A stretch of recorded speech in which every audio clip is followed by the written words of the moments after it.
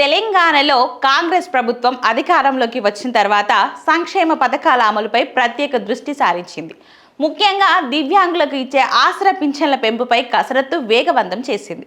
అలాగే దివ్యాంగులకు ఉచిత బస్సు ప్రయాణం కల్పిస్తామన్నారు. వచ్చే విద్యా సంవత్సరం నుండి అంధబాధిత విద్యార్థుల కోసం ప్రత్యేక ప్రభుత్వ జూనియర్ మరియు డిగ్రీ కళాశాలలను ఏర్పాటు చేస్తామన్నారు. అంతేకాకుండా దివ్యాంగ జంటలు వివాహం చేసుకుంటే కళ్యాణ లక్ష్మితో పాటు అదనంగా మరో ₹1,00,000 ప్రోత్సాహం కూడా అందిస్తామన్నారు. అంతేకాకుండా ఎన్నికల సమయంలో ఇచ్చిన హామీ ప్రకారం త్వరలోనే దివ్యాంగులకు 6,000 పెన్షన్ అందజేస్తామని తెలిపారు. ఇక తెలంగాణలో దాదాపు 44 లక్షల మందికి పైగా ఆసరా పింఛన్ను పొందుతున్నారు. ఇందులో వృద్ధులు, దివ్యాంగులు, ఒంటరి మహిళలు, చేనేత కార్మికులు, గీతా కార్మికులు, బీడీ కార్మికులు, ఎయిడ్స్ బాధితులు, పెలేరియా బాధితులు ఉన్నారు.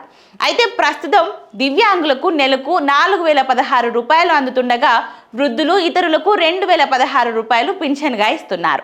అయితే ఎన్నికల సమయంలో కాంగ్రెస్ ఇచ్చిన హామీ ప్రకారం ఈ మొత్తాన్ని భారీగా పెంచాల్సి ఉంది.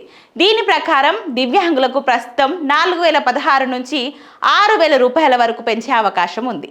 ముందుగా దివ్యాంగులకు అమలు చేసిన తర్వాత దశల వారీగా మిగిలిన వారికి పెంచిన పెన్షన్ అమలు చేసేందుకు ఆర్థిక శాఖ నివేదికలను సిద్ధం చేస్తున్నట్లు తెలుస్తుంది.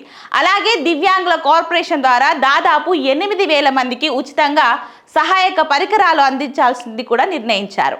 10వ తరగతి వరకే ఉన్న బ్రెయిలీ లిపి పుస్తకాలను ఇంటర్మీడియట్, డిగ్రీ వరకు విస్తరించడం ద్వారా అంధ విద్యార్థుల చదువు మధ్యలో ఆగిపోకుండా చూడాలని ప్రభుత్వం భావిస్తుంది.